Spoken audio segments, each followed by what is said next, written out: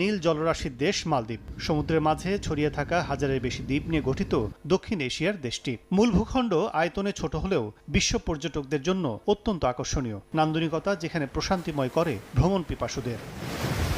বিশ্ব পর্যটনের চ্যাম্পিয়ন দেশটি এবার দীর্ঘ ৬ বছর পর আবারও বাংলাদেশের সাথে সরাসরি যোগাযোগ শুরু করেছে আকাশপথে।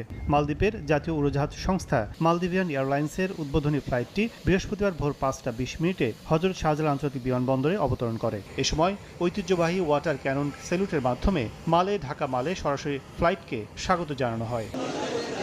প্রাথমিকভাবে এই রুটে সপ্তাহে ২ দিন রোববার ও বৃহস্পতিবার ফ্লাইট পরিচালিত হবে। রিটার্ন টিকিটের ভাড়া শুরু $৩৯৯ মার্কিন, যা বাংলাদেশি মুদ্রায় প্রায় ৪৭,৮৮০ টাকা।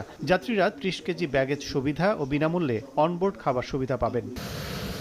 উদ্বোধনী ফ্লাইট মালদ্বীভিয়ান একটি A320 মডেলের এয়ারবাস পূর্ণ যাত্রী নিয়ে ঢাকা অবতরণ করে এবং একই দিন সকাল ৬টা ২০ মিনিটে ঢাকা থেকে মালের উদ্দেশ্যে যাত্রা করে।